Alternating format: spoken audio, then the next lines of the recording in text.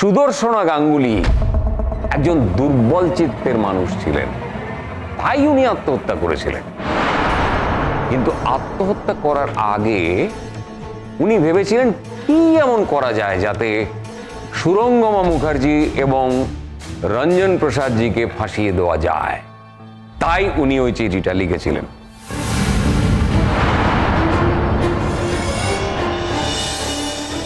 কিন্তু উনি ওনার জীবিতকালে কখনোই রোশনাইকে তার বাবার নাম বলেননি।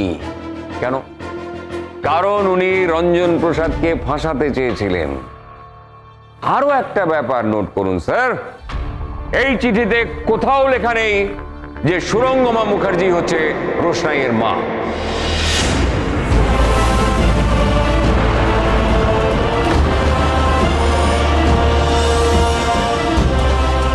এবার আমার বিপক্ষীয় বন্ধু বলুন তো, উনি কেন রোশনাইকে ওর মায়ের নামটা জানালেন না? কেন বললেন না যে সুরঙ্গমা মুখার্জি ওর আসল মা? না, আপনার কথা অনুযায়ী তো তাই হয়, মানে সুরঙ্গমা মুখার্জি তো রোশনাইয়ের আসল মা। তাহলে কেন উনি মেয়েকে তার নাম বললেন না? কেন সুরঙ্গমা মুখার্জি সম্পর্কে একটিও কথা বললেন না? আমরা তো জানি, আমরা শুনেছি যে ওর সঙ্গে সুরঙ্গমা মুখার্জির ভীষণ প্রতিদ্বন্দ্বিতা ছিল। সুরঙ্গমা মুখার্জি নাকি ওকে কথায় কথায় অপমান করতেন, তার প্রতিদ্বন্দ্বী ছিল। তাহলে কেন উনি সুরঙ্গমা মুখার্জির সম্পর্কে একটিও কথা বললেন না?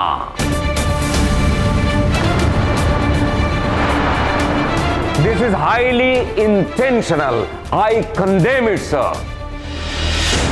একজন মানুষ যিনি আর উত্তর দেবার মতো জায়গায় নেই, যাকে প্রশ্ন করার কোনো উপায় আর আমাদের হাতে নেই, তিনি তার কোন মানসিক স্থিতিতে, কোন মানসিক বিভ্রান্তিতে এই চিঠি লিখেছিলেন তা প্রমাণ করার যখন কোনো উপায় আমাদের হাতে নেই, তখন আমার আপনার কাছে নিবেদন, এই চিঠিটিকে ডিসমিস করে দেওয়া হোক sir.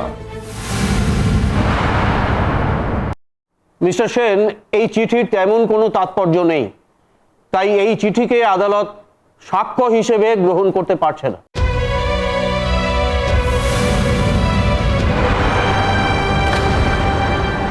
Thank you sir, thank you so much sir.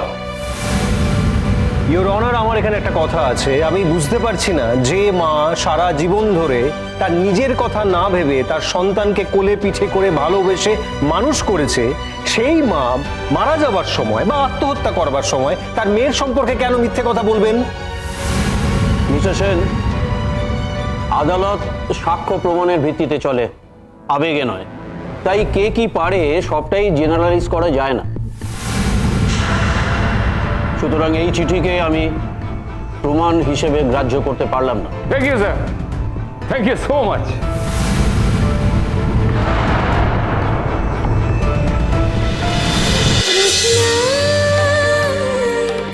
রোশনাই সোম থেকে রবি প্রতিদিন রাত 10টায় স্টার জলসায় ও জিও হটস্টারে।